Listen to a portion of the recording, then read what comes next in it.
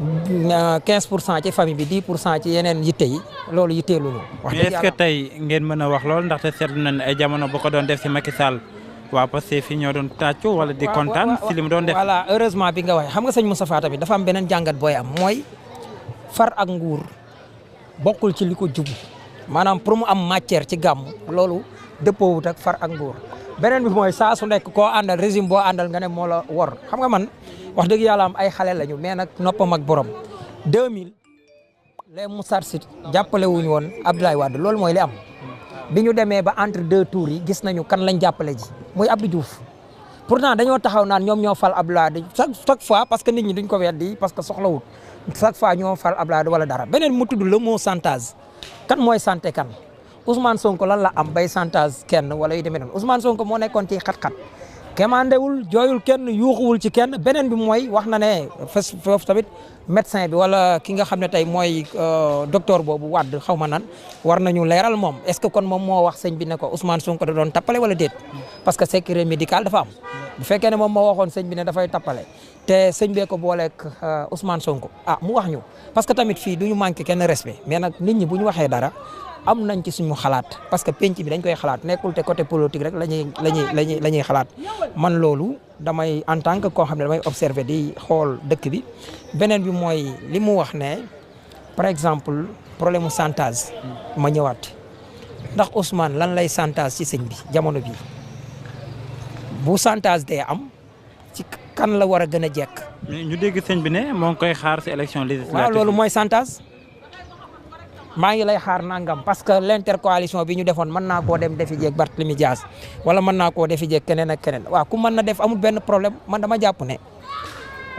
liñ soxla daal mooy ay députés yu responsable lañ soxla parti politique yëpp que ça soit muy mouvance présidentielle wala muy opposition que pire dem ci opposition bi andi député de qualité yi ñu leen xamee parce que nag wax dëgg yàlla seen ay député surtout Soxna Ba ñëpp gis nañu ne ku remarqué wu la wax dëgg yàlla ñaar rek laa ci mën a gis ñoo xam ne mën naa leen a xaw a ŋàññi mooy arrivé jusqu'à di door jigéen mais bu loolu weesoo seen i député wax dëgg yàlla ay qualité lañ leen xamee ak yooyu. mais ça bu ñu amee ay député ñëw yokkute lay doon rek amul benn problème. bu ñu xoolee Ousmane Sonko dem na visiter ji ñëpp te kooku yàgg na ko jàppale. waaw surtout si moment wu difficile yi. moom kañ lay nekk Tiwaawoon. est-ce que nekkul ne looloo ko ma ne sëñ bi kañ lay nekk Tiwaawoon xam nga tey bokkut ak tey Touba benn sëñ Cheikh Saliou boo xam ne saa yoo demee Touba yaa ngi ko fi fekk sëñ Moustapha jouru gàmmu gi lay dem Touba te premier ministre kañ lay dem Tiwaawoon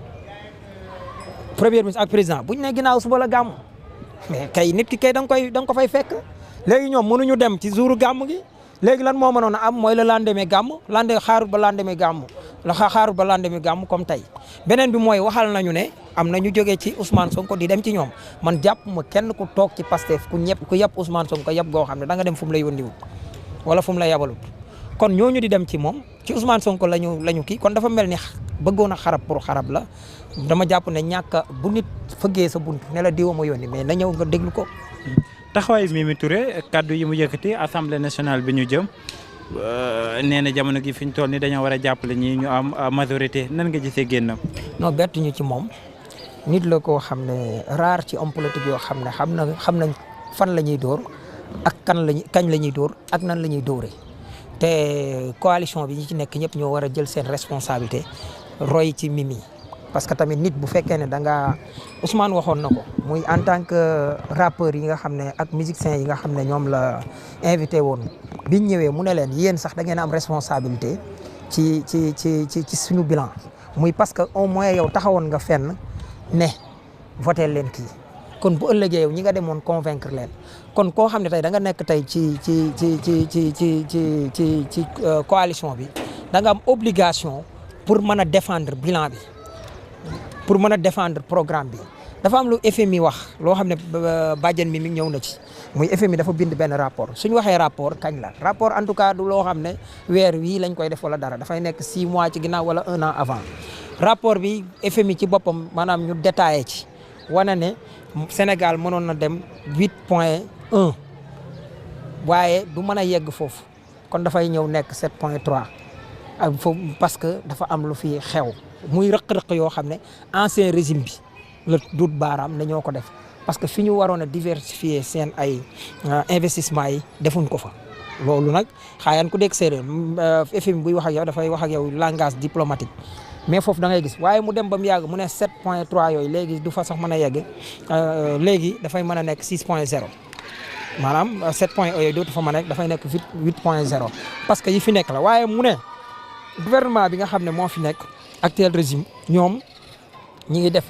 budul woon ak joyante yi ñuy def ak ni ñu fexe pour gars yi ñëpp fay maanaam redressement fiscal yi ñu def tax na fi ñu waroon a yegguñ fi loolu nag dama yaakaar ne ba pare mu ñëw dëggal da ngay gis ñi weddi woon Ousmane Sonko ne dañ fi trouver un état en ruine mu jaaxaloon ñëpp loolu la banque mondiale moom la FMI ñëw tey joxañ baaraam ne lii leen Ousmane Sonko doon wax dëgg la léegi nag lan moo ci nekk xam nañu problème yi mais xam nañ fu ñu nekk. heureusement que Sénégal ay lu mel ni ay ressources am yoo xam ne nii mi ngi waroon a jóg ci di ko kii yàlla nëbbal ñu ko ba ñu war ci teg loxo la preuve en est que xoolal kii bu mel ni société bu mel ni Tullow Oil ameel ñu ndekete plus de 40 milliards. amaat beneen société boo xam ne 150 milliards est-ce que xam nga loolu moo yóbbu woon Diomaye kaso. société bi Diomaye waroon a redressé ci 150 milliards. loolu moo yóbbu Diomaye kaso mu wax la ko fii. parce que bind rek ci sa page Facebook de ne bu ñu clochardisé magistrature bi kan mooy neewu leen ay clochard ngeen kan moo awoon yoonu clochardisé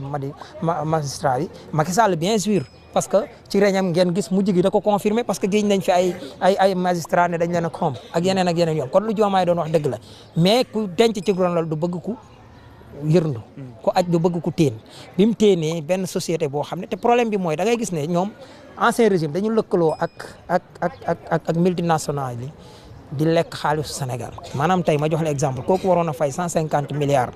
ci ay impôts nga yaakaar ne amul benn 20 milliards wala 30 milliards bu mu mën a jox ñi fi nekkoon loolu mooy nekk moo leen enrichir loolu nag opération gox bi nga xam ne moom la bàjjan annoncé tey loolu da nga ko ciy daal di gis mais na Sénégalais yi xam nga dañu ñëwoon ci ñoom dagaan seeni waat wax leen nañ dellu si waat suñ bopp askan wi jógal seen bopp du kenn nag Ousmane Sonko kenn yorul bakkanam bañ na ko ba dafa waxoon ne yàlla képp la gëm moom la yaakaar su ko yàlla nattoo ak mu bànneexal ko yam moom lay sant te ragal nag yëpp yàlla la damaa yaakaar ne yàlla bu ñuy jël si ñun du tàggu kenn loolu bi mu amee askan wi fekk si ko ci da bi mu noppee da ne ginnaaw yàlla yéen askanu Sénégal du loolu la waxoon maanaam li waa ji di wax c'est pas les marabouts c'est Dieu waaye yàlla moo def xoli askan wi ñu bëgg Ousmane ba biñ ko laalee ñu jóg ànd ak moom Ousmane moom it moom lan la waxoon moom sëñ Moustapha Ousmane man mën naa koo yóbbaale loolu mooy la ci politique maanaam Ousmane na ñëw topp sama ginnaaw parce que ñu bëri dañoo jàppale Ousmane Sonko jàpp ne dafay tayle projet bi jox leen ko. mais est-ce que nekkul maanaam waaw demal. mais est-ce que nekkul ne bu ñu xoolee ñi àndoon Yewwi Askan Wi ñoom ñëpp dem Ousmane Sonko mujjee jàll malgré tànnul candidat am ak résultat yu ñu am loolu moo leen metti. waaw loolu la mais nag da ngay xam ne deuxième tour daa amul xam nga ay Bougane bëri na de Bougane daa wax rek waaye xam nga moom amul xel loolu moo tax gars yi am xel moom dañ ne pat moom mu daal di ñëw daal di waxu rëjëxul mais li nekkoon ci moom moo nekk ci gars yëpp deuxième tour lañ doon xaar. fal yàlla dogal li ma naan la c'est pas les marabouts c'est Dieu gars yi dem tànn ñu tànn bu mat sëkk yow Ousmane koo xam ne yow yaa ngi yor projet bi te Ousmane demoon na ba tegal Macky ay stratégie ñoom ñi di wax ay affaire guérilla chaque fois ñu naan ñoo man guérilla stratégie bay wax naan ay check point comme ni mu koy wax xam nga le mot check point ñëw na ñëwaat ak yooyu yëpp loolu Ousmane da leen koo jàngal ñun bi ñu def bi fi kenn mas a def réussir bi Ousmane def moo réussir teg sa ay stratégie de telle sorte que kii nga xam ne mooy sa noon dafa mujj ne ci wet mucc ci yow Macky Sall moo ñu waxal boppam bu ma Karim toppoon bu ngeen ma toppoon Karim dana bokk Ousmane dana bokk Karim Wade a tout fait pour bokk te bokkut Ousmane lan la def pour bokk Ousmane dane man sama intérêt bopp warul tax maanaam ñu jalgati constitution daal di tànn Diomaye ndokk nag bi Diomaye xamee maanaam xam nga luy wax ji léegi ñoom ñëpp jàpp nañ ne li mën a yàqal Ousmane Sonko mooy ñu féewale koog Diomaye même baatu féewale génn na démb mooy Diomaye ku baax la mooy Diomaye ku baax la Ousmane Diomaye ku baax la waaye diw nangam am na ñoo xam ne dañ koy tànc kan moo koy tànc Ousmane Sonko est-ce que mooy tànc Diomaye Ousmane Sonko bu doon tànc Diomaye est-ce que du ñëw ne kii moo ma gën a baax kii moo ma gën nangu dogalu bi yàlla ne jamono yii ñu toll waxaatal ko boppam réitérel ko boppam mais ndokk bi leen Diomaye xamee. jërëjëf. ndokk moom bi mu leen xamee. parce que nag ci moom lañ mën a jaar na mbokk Diomaye dimbale Diomaye képp ku génnee xeetu kàddu yi wax luy féewale Ousmane Sonko ki ñoom nañ wàcce kaamil jéggalu yàlla musulu ko ci seen làmmiñ yooyu. jërëjëf.